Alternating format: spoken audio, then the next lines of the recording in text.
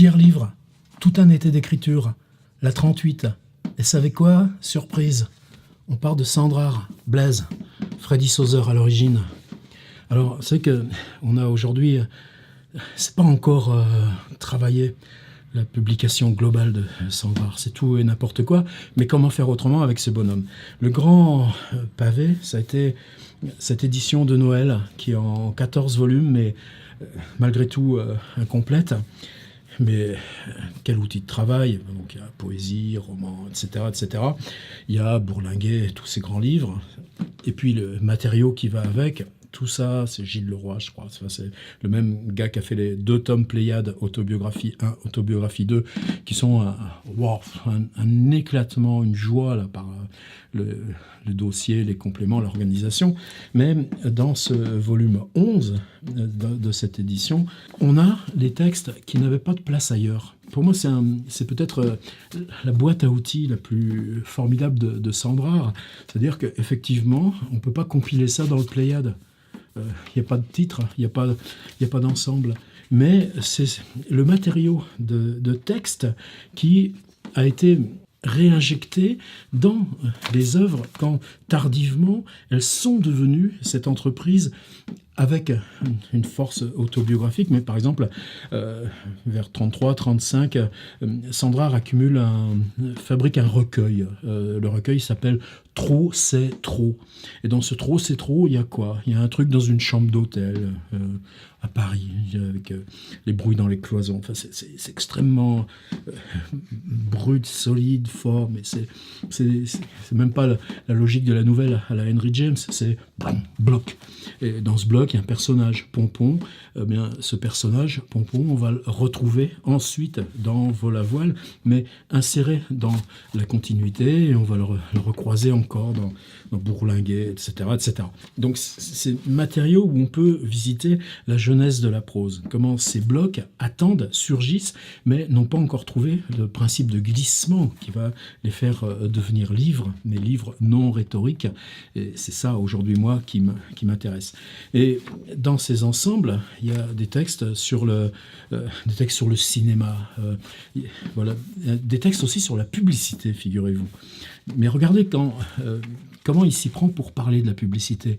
Dehors, il y a les routes, les voies ferrées, les canaux, les usines, les lignes électriques à haute tension, les ponts, les tunnels, les ports, les gares, toutes ces lignes droites et toutes ces courbes qui dominent le paysage contemporain et lui imposent leur grandiose géométrie. Dehors, il y a la rue, les vitrines, les affiches, les palaces, les dancings, les cinémas, les enseignes lumineuses, les boniments des haut-parleurs, toutes ces lumières mobiles et toutes ces formes tourbillonnantes qui dominent la ville contemporaine et lui imposent leur grandiose trigonométrie. Il y a l'auto, le pullman, l'avion, les longues surfaces lisses, les longues surfaces portantes pour les trépidations et les courbes, le cuivre, le nickel, l'aluminium qui se marie si bien à la vitesse, les lignes convergentes, un profil fuyant sans aucune saillie, le verre effilé, l'acier trempé, les modes éblouissants d'éclairage, les profondes carrosseries. L'intérieur doit être comme l'extérieur, volume, surface, forme, ligne, matière, angle, poids, métal, couleur, comme à l'extérieur tout est nouveau dans un intérieur moderne, tout est le produit des mathématiques, l'application d'une formule intégrale pour arriver à une prodigieuse synthèse de calme et de profondeur, sobriété, élégance, confort, luxe, c'est aujourd'hui. Et là, on est chez Sandrard, c'est-à-dire comment, dans son principe de déconstruction, l'accumulation, c'est simple, Tarkos en fait tout autre chose, c'est un vieux principe formel si important. Mais là, on n'est pas dans de la déconstruction, on est dans ce dehors il y a. D'accord, il y a l'accumulation, mais l'accumulation elle-même redevient phrase. Toutes ces lumières mobiles et toutes ces formes tourbillonnantes qui dominent la ville contemporaine et lui imposent leur grandiose trigonométrie. Et là, la syntaxe, elle est aussi complexe que dans les illuminations de Rimbaud. Donc, c'est pas pour vous emmener dans du magma, dans de l'écriture matière, même si je mets ça très haut. C'est comment, pour aborder le contemporain de la ville, la géométrie, la technique, l'économie, la politique, qui est la ville la plus abstraite. Regardez les tours de Kuala Lumpur, les fausses îles de Dubaï, regardez un quartier comme la Défense ou ces villes nouvelles vieillissantes, etc., etc. Je m'embarque pas. Pourquoi je voulais revenir à ça? on a déjà exploré un petit peu cette écriture de Sandrard. Par contre, je voulais juste en souligner l'importance. Dans ces textes, je vous dis qu'ils sont des textes en impasse, en étoile, qui sont la caisse à outils de Blaise Sandrard, il y a des réponses à des journaux. Alors évidemment, ça ne peut pas s'insérer ailleurs. Donc, d'où l'intérêt de ce volume bâtard aujourd'hui, mais aujourd'hui, le profond aujourd'hui, c'est un texte voulu par Blaise Sandrard, avec trop c'est trop, sous le signe de François Villon, mais qui là est rééclaté, alors qu'en fait, ensuite Sandrard recompose ça, et c'est l'espèce de noyau brûlant qui fonde le modèle de Bourlinguet. Dans ces réponses, il y a un texte qui m'intéresse beaucoup plus, qui s'appelle « Le roman que je n'écrirai jamais ». C'était une enquête de la Gazette des Lettres, 15 juin 1951, bien sûr, pour les numéros d'été. Version corrigée de la publication, ça veut dire que c'est pas un truc qu'on met et qu'on lâche, il y a la présentation graphique, mais donc c'est exactement 2 pages et demie, des grosses pages, attention. Qu'est-ce qui m'intéresse là ? On a déjà fait ça plusieurs fois dans ces 30 séances, au moins 2 fois. Je vous dis que pour moi, l'important, c'était de comment, à chaque étape de l'écriture, on pouvait la redéplier par une strate un petit peu comme un papier calque, vous savez, comme ces espèces de surfaces autocollantes qu'on déplie. Vous savez, comment soi-même et comment l'écriture, ce qu'on se figure de l'écriture, ce qu'on énonce de sa propre écriture, on le colle dans la matière même qui fait notre sujet, objet, matière. Et ce fonctionnement de mise en abîme, cette expression de l'écriture même à l'intérieur de cette notion d'obstacle, à l'intérieur de la puissance qu'elle prend en s'exprimant au-delà de son propre nombril, dirait Flaubert, en tout cas dans le grand dehors, eh bien, là, pour moi, dans cette étape, je voudrais encore, ça va s'accentuer dans la fin de cet atelier, le formuler en faisant en sorte que l'énoncé de la perspective de livre, ça n'aurait pas été possible de vous le demander dans les 10 premiers exercices. Mais peut-être que maintenant, ce qu'il faut se demander, c'est non pas ce qui est votre idée du livre, mais l'imaginaire du livre que rend possible le fait d'avoir écrit ces 35 fragments. Vous me suivez ? Promis. Il ne s'agit pas de partir de zéro en disant de quoi je rêve comme livre sur Marseille ou Lodève ou Berlin ou Manchester. Je reprends un petit peu toujours les mêmes exemples, excusez-moi. C'est pas bien grave, cette masse d'écriture, elle est tellement polymorphe désormais, c'est tellement fascinant. C'est dire comment ces 35 prises d'écriture, et on va beaucoup travailler là-dessus, définissent le possible d'un livre qui ne ressemble pas aux autres, qui ne ressemble pas au tout venant, parce qu'il faut inventer, et si on n'invente pas, on est mort. Alors, cette idée de passer par la négative, en le lisant, en redécouvrant, ça m'a frappé. Le roman que je n'écrirai jamais, comment le savoir ? Il ne faut jurer de rien. Depuis mes débuts, j'annonce 33 volumes en préparation.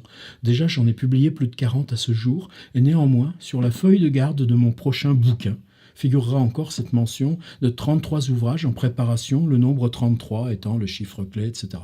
Je pourrais donner des titres, à quoi bon, j'en oublie, j'en invente tous les jours, de même que tous les jours, je mène un roman à bout, en amorce 1000 autres qui m'obsèdent, etc., etc. N'est-ce pas ce qu'entendait Balzac en qualifiant de congestion de lumière plutôt que de paresse, d'enflure ou de paralysie, ce grouillement de larves et d'avortons qui ne voient jamais le jour et qui peuvent saccager le cerveau de l'écrivain, etc. Un tel inventaire, un catalogue méthodique et raisonné, un atlas, un panorama qui pourrait s'étendre à l'ensemble des auteurs contemporains, que j'intitulerais « Manuel de la bibliographie des livres jamais publiés, ni même écrits, ouvrirait des horizons nouveaux sur la chose littéraire, etc. etc. » Pour en revenir à mon cas personnel, la liste des 33 volumes que j'annonce n'est ni exclusive, ni limitative, ni prohibitive, ce n'est pas une liste noire, etc. Je vous invite à le lire, évidemment, c'est dans mes petites fiches habituelles. Qu'est-ce que je vous propose ? Alors, vous voyez, il ne s'agit pas de dire le livre que vous voulez écrire, mais de retravailler encore une fois par la cassure, l'entour, le fractionnement et la multiplication. C'est-à-dire, ce que vous avez écrit, c'est 35 fragments. Quelques-uns sont déjà dans des choses très continues, massives. Je suis très, très impressionné. Mais même lorsque c'est le cas, il s'agit de faire un inventaire, une multiplication des titres possibles ou des entreprises de livres possibles. Une multiplication des projets de livres possibles dont ce que vous avez écrit peut être un des embryons, une des ébauches. Alors, on ne va pas demander surtout à ce que cet inventaire des livres possibles vienne coller à ce que vous avez écrit. Ça peut être simplement une définition aussi de comment est la phrase, comment est la syntaxe, comment est la couleur, comment sont les personnages. Mais je voudrais qu'il y en ait plusieurs. Prenez le temps. Là, maintenant, il faut qu'on arrête le coup des 20 minutes parce que les choses sont devenues sérieuses. Il y a eu ce décollage avec la 34, 35. Donc, prenez le temps, que ce soit 10 ou 15 titres de livres, projets, définition de livres en 2 ou 3 lignes, mais qu'on soit dans autant de petits paragraphes, même si c'est juste un titre, même si c'est 2 ou 3 lignes, qui nous fassent rêver à la possibilité de livres intimement associés à ce lieu dont vous êtes parti. Et par contre, le fait d'insérer ces 15 lignes, ces 15 titres de livres, ces 15 projets de livres, ces 15 façons d'écrire un livre, ces 15 mystères de livres, ces 15 livres impossibles, ces 15 ou ces livres ratés, tout ce qu'on va accumuler là, démultiplier là, on ne vous demande pas de les écrire, ces livres. On vous demande peut-être que c'est des livres perdus, c'est des livres lus à la bibliothèque autrefois et jamais retrouvés. Peut-être c'est des livres qui ont existé, si c'est sur l'imaginaire de cette ville. À vous de jouer avec... mais j'aimerais bien qu'il y en ait entre 10 et 15. Et par contre, se dire que précisément, parce qu'il n'y a pas de lien causal, direct, entre votre texte, les 30 ou 35 paragraphes accumulés, fragments accumulés, et ces 10 ou 15 titres de livres, il y a un fossé.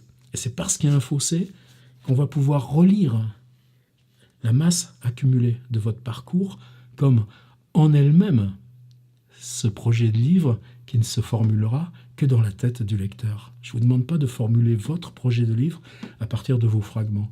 Je vous demande de projeter tous ces fragments ou inventions ou échecs de livres qui n'ont pas de rapport avec vos textes.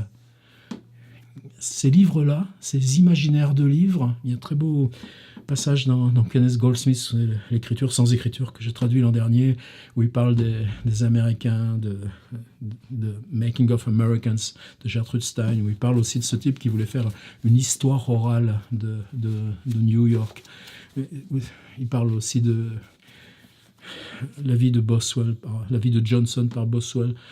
Toutes ces choses-là, cet imaginaire des livres impossibles, comment ils peuvent transformer la lecture de ce que vous êtes en train de réaliser, précisément parce qu'il n'y a pas de lien. Voilà, c'est ce que je voulais vous proposer pour la 38. Après, on dit au revoir à Blaise Cendrars, mais on continue sur d'autres choses.